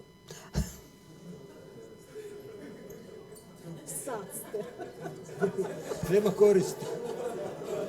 We want a translation. To speak with Slobodan Milošević on a new model, I will try and translate the saying. It's not going to be the same. To discuss Milošević, to discuss new model with Milošević was like taking a donkey across the bridge. I završili smo na kraju u ratu. And we ended up with a war. Dakle, svi smo imali štete. Ja sam na jednom, moram vam reći kakva je bila atmosfera dok mi sjedimo u predsjedništvu. I just want to give a flavor of the atmosphere at the meeting at the time. Pripadali smo različitim političkim opcijama. When we sat down, all of us belonged to a different political model. Recimo, Kiro Gligorov je uvijek želio da se nađe jedan novi politički dogovor. For example, Kiro Gligorov, who was president of Macedonia at the time, wanted to find a new political model. Bio je najkonstruktivniji u svim našim raspravama. He was the most constructive in all our discussions. Ali u svim tim raspravama bile su i žestoke rasprave. But this discussion also included very angry, very ardent exchange of opinions. Ali kad bi išli na večeru ili najviše na večeru, jer cijeli dan su bile rasprave. The meetings took all days, and after the meetings we would all go to dinner. Mi smo onda razgovarali, kako bi rekao, otvorenije i slobodnije. And during the dinners we discussed matters in a more open and friendlier way. Ja sam jednom prilikom rekao Slobodanu Miloševiću, slušaj Slobodane, ti želiš stvoriti veliku Srbiju na račun drugih republika. And I told Milosevic, I said, listen, Slobodan, you want to create a greater Serbia on the expense of smaller territories of the other republics. To će rezultirati velikim krvoprolićem, velikim ratom. And this will result in a bloodshed. Svi ćemo imati štetu. It will be bad, detrimental for all of us. Ali štetu će imati Srbija. And mostly for Serbia. It will be the worst for Serbia. I zato ćete jednog dana Srbi morati objesiti na Terazijama. And probably that's why the Serbs will have to hang you on the city square one day. On ovako puši cigarilos. And he was smoking cigars, pije viski. drinking whiskey. Kaže, još ćemo da vidimo koga će da vešaju. And he said, we will wait and see who will be hanged. Na kraju ja sam bio njemu svjedok u Hagu. And then I went to be a witness in the Hague Tribunal in his case. Vidimo na kraju ko je vodio krivu politiku. So in the end we see who was on the wrong side of history.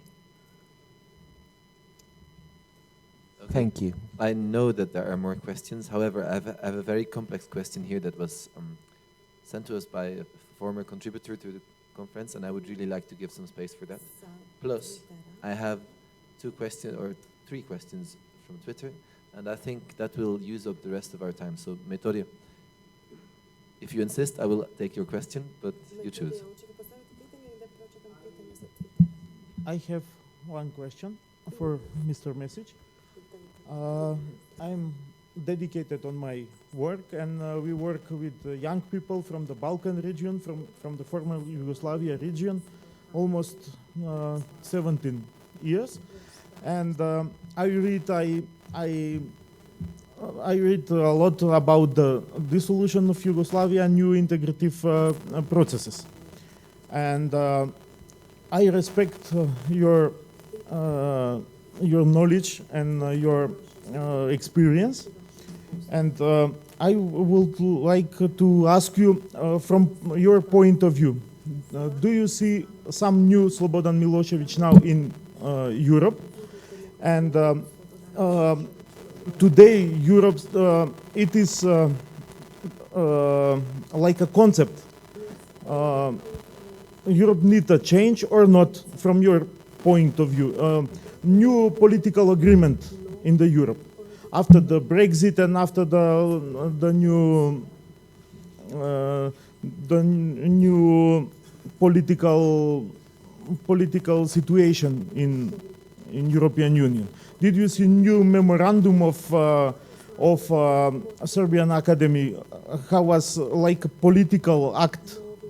Memorandum of Serbian Academy of Sciences in that time, some new act like that, or do you see new Milosevic in the European political leaders? Ima više neuralgičnih točaka u Europi. There are a few neuralgic points in Europe right now, and that is a fact. Europa mora danas riješiti svoja neka institucionalna pitanja. First, Europe must resolve some of its institutional issues. Jer nije Europa ista sa 28 članica ili sa 10 članica. Because it's not the same to have 28 members and to have 10 members. Mora riješiti fiskalne probleme, dakle fiskalnu politiku. It must resolve its fiscal policy. Mora riješiti monetarnu politiku. Its monetary policy. Jer Evropska unija je jedan klub. Because the European Union is a club, in fact. Najelitniji gospodarsko-politički klub. The most eminent political and economic club. Dakle, danas u svijetu. In the world right now. Ali nažalost u administraciji samo ime kaže Evropska administracija. Tu nemate pravog lidera. But in the administration, the name itself says European administration, which means European, Europe. You don't have a leader. Vama danas da nekog autobus pregazi nekog iz administracije, evropske administracije, niko ne bi znao ko je to. If somebody from the European administration is killed today, nobody will know who this person is or who he belongs to. Vi u Evropi nemate pravog lidera, You don't have a true leader in Europe, ali to je manje važno.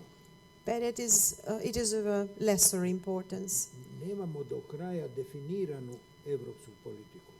What is important is that we don't have a finalized or defined European policy. O više pitanja, a jedno je ulazak novih članica koje moraju ući u Evropsku uniju. One of the undefined issues is the accession of new countries in the European Union. Jugoistok Evrope mora ući u Evropsku uniju. Southeastern Europe must become a member of European To Union, mora što brže. and it has to be done as quickly as possible, Upravo zbog izlaska Velike Britanije. especially after the Brexit procedure. Jugoistok Evrope mora ući. The Southeast Europe must go in, Ali neke politike se moraju mijenjati. but certain policies need change. Prije svega, Hrvatska mora slati poruku Hrvatima u Bosnu i Hercegovinu.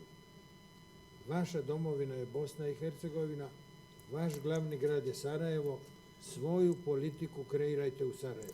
Croatia must send a message to the Croat people in Bosnia and Herzegovina. Your homeland is Bosnia and Herzegovina, and your capital is Sarajevo, and all your issues should be resolved by the political institutions in Bosnia and Herzegovina. Dakle, oficijelni Beograd mora poslati poruku Srbima u Bosni i Hercegovini. The same should be done by official Belgrade. Official Belgrade must send the same message to the Serbs in Bosnia. Ja naglašavam Bosnu i Hercegovinu, ne Republiku Srpsku. I emphasize Bosnia and Herzegovina. I didn't mention Republika Srpska. Jer gledajte koja je srpska politika. Oficijelne Srbije, ne govorimo o narodu. Narod pustimo na miru, nego politika koja kaže mi smo za cjelovitu Bosnu i Hercegovinu. To će svi lideri danas u Srbiji govoriti. Because the official position of the official Serbian policy, we are not talking about the Serbian people, we will leave the people aside.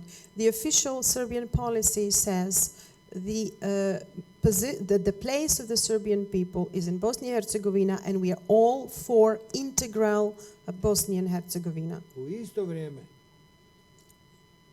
daju punu podršku Republici Srpskoj. And in the same time, they give full support to the Republika Srpska. A lider Republike Srpske, Dodik. Milorad Dodik, on kaže ne priznaje Bosnu i Hercegovinu. And in the same time, the leader of Republika Srpska, Miroslav Dodik, says, I do not recognize Bosnia and Herzegovina. Milorad Dodik, da. On ne priznaje Bosnu i Hercegovinu. He doesn't recognize Bosnia and Herzegovina. I on čeka dan kada će ići na referendum da bi izdvojio Bosnu i Hercegovinu, da se izdvoji iz Bosne i Hercegovine. So he's just waiting for the day for the referendum to have Republika Srpska leave Bosnia and Herzegovina. Osamostaljenjem Kosova završila je evropska arhitektura. With the independence of the Republic of Kosovo, the European architecture is over. Više nema promjene granica. There's no more change of the borders. Bosna je bila jedinstveni entitet za vrijeme bosanskih kraljeva. Bosnia and Herzegovina was the only identity or entity during the Bosnian kings. Bila je jedinstven entitet za vrijeme Turske carevine. He was one entity during the Ottoman Empire. Za vrijeme Austrijske carevine. It was the one entity during the Austria-Hungary kingdom. Za vrijeme Jugoslavije. During Yugoslavia. Sad su stvorili entiteti, ali etničkim čišćenjem. So now we have entities as a result of ethnic cleansing. Dakle, to nije povijesna kategorija. It is not a historical category. Tvorci Dejtonskog sporazuma su mislili da će život stvari rješavati, međutim, stvari se kristaliziraju i to je problem. The creators of the Dayton Agreement didn't expect these things to crystallize, and this is now a problem. Evo, sad se opet malo čuju ti ratni bubnjevi. Now you can still hear the war drums. They are quiet, but you can hear them. Ali najvažnije je da i Beograd i Zagreb šalju identične poruke upravo u Bosnu i Hercegovinu. The most important thing is that both Zagreb and Belgrade sent the identical message to the Serbs and Croats living in Bosnia and Herzegovina.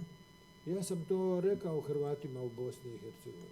I told this to the Croats in Bosnia and Herzegovina. Vaša je domovina Bosna i Hercegovina. Your motherland is Bosnia and Herzegovina. Surađivati moramo. We can cooperate, we must cooperate, and we should cooperate. Točno.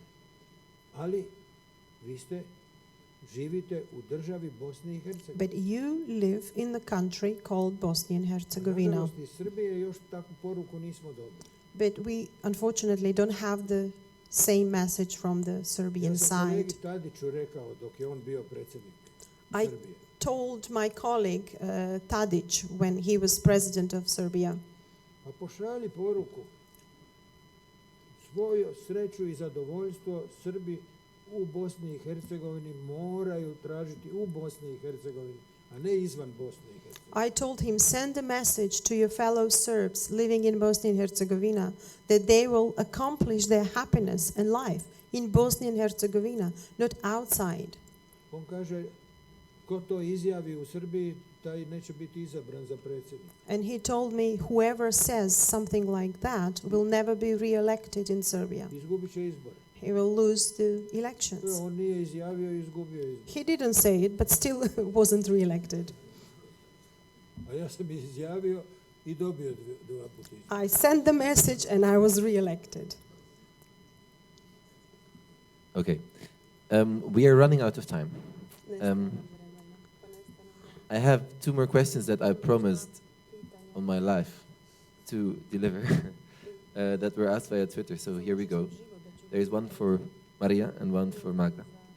And after that, we will close this session. So I'm very sorry that I cannot give you any more space to ask your questions. You know in advance that time was limited. I hope that Mr. Mesic will give you the opportunity to talk to him after this session. Može. And the same is true for Magda and Maria. So here we go. The question to Magda. What are the conditions that apply to trilateral exchange program of the German Polish Youth Office? What are its priorities, are deadlines? How does it work? It's quite short answer.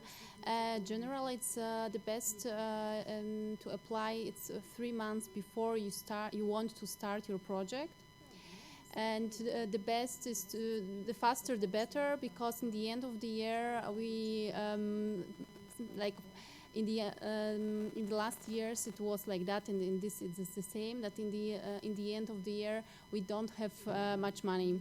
So if you just like plan in September something, just start to applying in January. And when it comes to topic or priorities, as I mentioned before, we don't work like Erasmus, so we don't have special topics or priorities and so on. That what we develop is more like inspiration.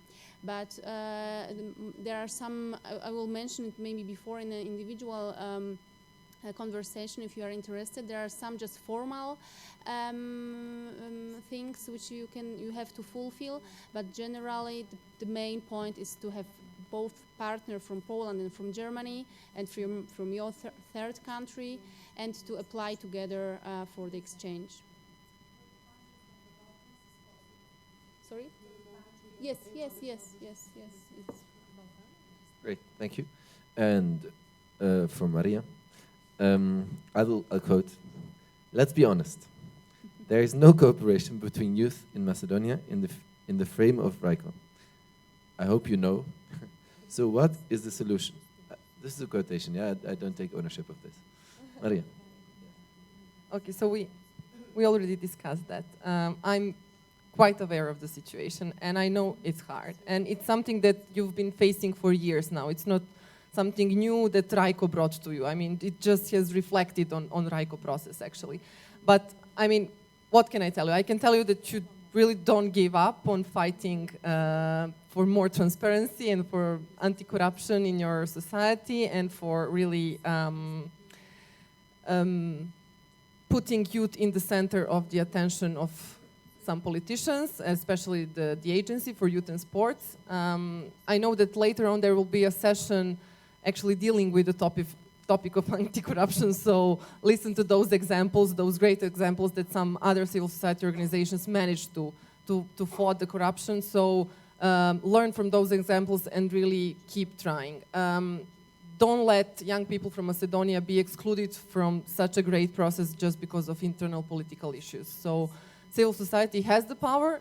It's not easy sometimes. I remember 10 years ago in Serbia we faced similar problems. I mean, really young people were not on the agenda and nobody wanted to listen to us, but we were just persistent, and we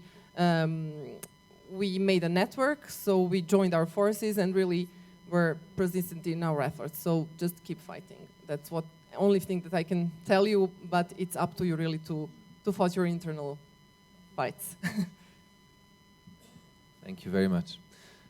Well, we have been through a real tour de force. There have been so many topics on this stage in the last 2 hours that it's hard for me to summarize. And I don't think I will actually try, which is in fact my job. Just a few points to highlight that I thought were particularly relevant.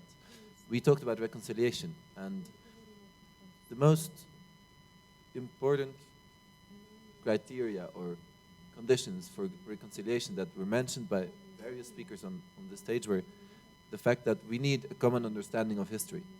We cannot talk to each other while having a different understanding of what we have been through together, because we will never reach a common conclusion.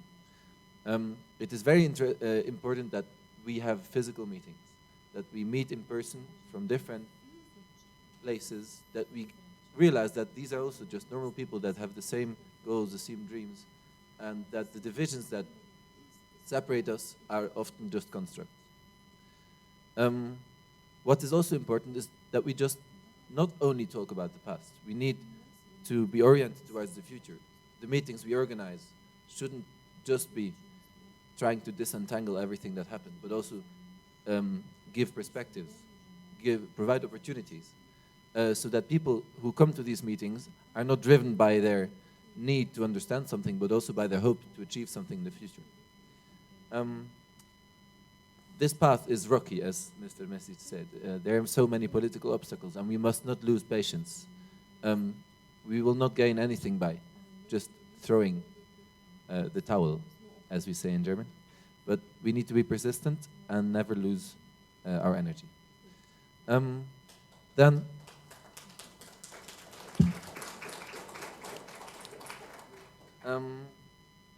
one of Mr. Mesic's most important points is that we must strive for knowledge.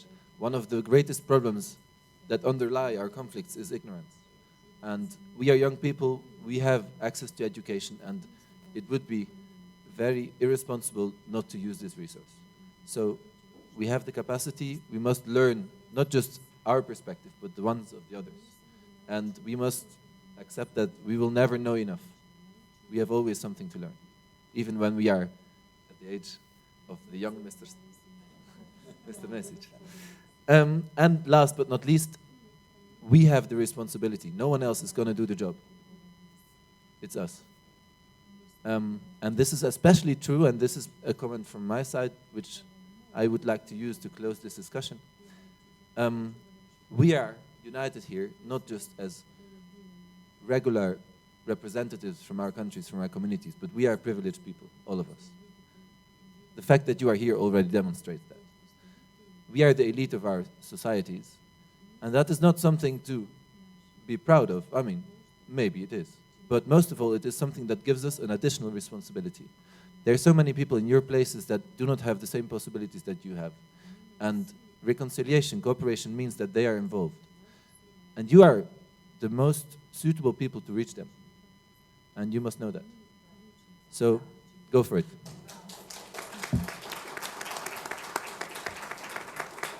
Thank you so much for your really inspiring input. I hope we have another nice discussion during the break. Thank you very much for the excellent interpretation, and have a nice coffee break. See you after. Yes. Yes, or do you want...